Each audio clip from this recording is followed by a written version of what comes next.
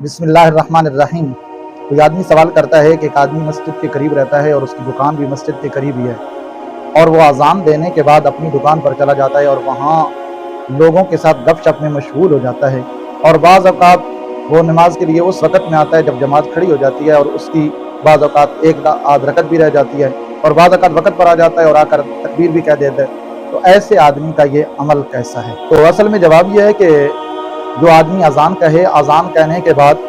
اگر نماز میں دیر ہو تو پھر اگر کسی ضرورت کے لیے باہر جاتا ہے تو کوئی حرج نہیں، لیکن اگر اذان دینے کے بعد وقت نماز کا قریب ہے تو بغیر کسی ضرورت کے باہر جانا یہ عمل مکروہ ہے۔ اور بعض روایات میں آتا ہے نبی کریم صلی اللہ علیہ وسلم نے فرمایا کہ کوئی آدمی اگر بغیر ضرورت کے باہر جاتا ہے، کوئی اس کی حاجت بھی نہیں ہے، کوئی ضروری کام بھی نہیں ہے،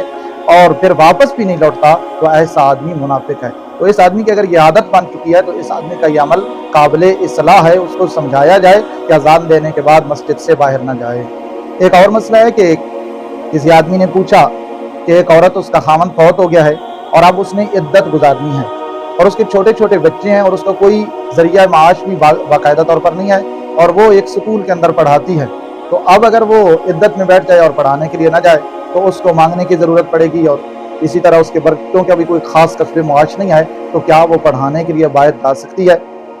تو اس مسئلے کا جواب یہ ہے کہ عورت کو عدت گزارنی ہے، خصوصاً جس کا خامند فوت ہو گیا ہے، تو شریعت نے کہا ہے کہ وہ گھر سے باہر نہ نکلے، لیکن اگر ضرورت شدیدہ ہے، یعنی وہ باہر جا کر اپنے کسب معاش کرتی ہے، تو اگر وہ پڑھانے کے لیے جاتی ہے اور صبح جائے اور پھر 4 بجے یا لوٹ آئے تو پھر اس کے بعد وہ گھر سے باہر نہ نکلے۔ بہرحال رات اس نے اپنے گھر میں گزارنی ہے، لیکن یہ مجبوری کی صورت میں ہے، اگر کوئی اس کا اور ذریعہ آمدن ہے تو پھر وہ گھر سے باہر نہ نکلے۔ ایک اور مسئلہ ہے کہ کسی آدمی نے قرآن پر ہاتھ رکھ کر قسم اٹھائی کہ میرا تیرے ساتھ کوئی تعلق نہیں، نہ تو میرا بھائی ہے نہ میں تیرا بھائی ہوں، آج کے بعد میرا اور تیرا تعلق ایک دوسرے کے ساتھ بالکل ختم ہے، یعنی قطع تعلقی کی قسم اٹھائی ہے، لیکن اب وہ پریشان ہے، اس آدمی کے ساتھ تعلق بنانا چاہتا ہے، اس کے ساتھ بھائی بندی کرنا چاہتا ہے، دوستی کرنا چاہتا ہے، تو اس کے لیے شرعاً کیا حکم ہے؟ تو جس آدمی نے قرآن پر ہاتھ رکھ کر قسم اٹھائی ہے تو یہ قسم ہے، اب اگر اس آدمی کے ساتھ وہ تعلق رکھے گا تو اسے اپنی قسم توڑنی پڑے گی، اور جب قسم توڑے گا تو پھر اس قسم کا کفارہ ہوگا۔ اور اللہ تعالیٰ نے قرآن مجید میں ارشاد فرمایا کہ جو آدمی قسم توڑتا ہے تو وہ 10 مسکینوں کو کھانا کھلائے، یا 10 مسکینوں کو کپڑے پہنا دے، یا ایک غلام آزاد کرے، اور اگر یہ چیزیں وہ نہیں کر سکتا تو 3 دن کا روزہ رکھے۔ تو یہ عمل جو اس نے کیا تھا قطع تعلقی والا، یہ ناجائز اور حرام کام ہے، لیکن کیونکہ اس نے قسم اٹھائی، قسم ہو گئی، تو اب وہ اس قسم کو توڑ دے اور اس آدمی کے ساتھ دوستی بھی کرے اور اپنی قسم کا کفارہ بھی ادا کرے۔ مطابق ایک اور مسئلہ بھی ایک آدمی نے پوچھا ہے کہ ایک آدمی نے ایک عورت کے ساتھ دوستی بنا لی، جائے کہ یہ شرم ناجائز ہے، لیکن وہاں پر اس نے قسم اٹھا دی کہ میں تیرے ساتھ نکاح کروں گا، تو اب شریعت کے اندر اس کا کیا حکم ہے؟ تو اس آدمی کے لیے بھی بالکل حکم اسی طرح ہے کہ اس نے جب اس کے ساتھ قسم اٹھائی ہے کہ میں تیرے ساتھ نکاح کروں گا، اور اب وہ سمجھتا ہے کہ وہ عورت تو ٹھیک نہیں ہے، اس کے ساتھ نکاح نہیں کرنا چاہتا، تو اب اس اپنی قسم کو توڑ دے اور اس کو بتا دے میں تیرے ساتھ نکاح نہیں کرتا، تو پھر اس صورت میں بھی اس کو قسم کا کفارہ دینا پڑے گا، اور کفارہ وہی ہے جو پہلے سوال میں ذکر ہو گیا۔ ایک اور مسئلہ ہے کہ کوئی آدمی کہتا ہے کہ آئندہ میں یہ کام نہیں کروں گا، لیکن پھر وہ کام کر لیتا ہے، تو اس کا کیا کفارہ ہے؟ تو اگر صرف اتنا کہا کہ آئندہ یہ کام نہیں کروں گا تو یہ قسم کے الفاظ نہیں ہیں، ایسے کہنے سے اگر وہ کام پھر کر دیتا ہے تو کوئی اس پر کفارہ وغیرہ نہیں ہے، لیکن یہ جو کہا اس نے آئندہ نہیں کروں گا تو ایسے الفاظ سے اجتناب کرنا چاہیے۔ ایک آدمی نے نظر مانی ہے کہ میں جامع مسجد کے اندر سنگ مرمر کا فرش بنواؤں گا،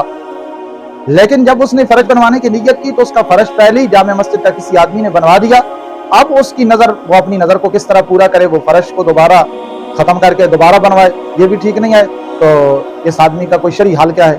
تو اس کا جواب یہ ہے کہ جس آدمی نے یہ نظر مانی ہے کہ جامع مسجد کے اندر سنگ مرمر کا فرش بنواؤں گا، تو اس کے لیے ضروری نہیں ہے کہ اسی جامع مسجد کا فرش بنوائے، کسی اور مسجد کا فرش بنوا دے، اور اگر فرش کے لیے نہیں کسی اور کام کے لیے ضرورت ہے اور وہاں پر بھی وہ اپنا فنڈ لگا دیتا ہے، پیسے لگا دیتا ہے، تو اس کی نظر پوری ہو جائے گی۔ ایک آدمی نے سوال کیا کہ میں نے نظر مانی ہے کہ اگر میرا فلاں کام ہو گیا تو میں ہر روز 2 رکعت نماز ادا کروں گا، اور میرا وہ کام ہو گیا، تو اب مجھے پوری زندگی 2 رکعت نماز پڑھنی ضروری ہے، واجب ہے میرے اوپر؟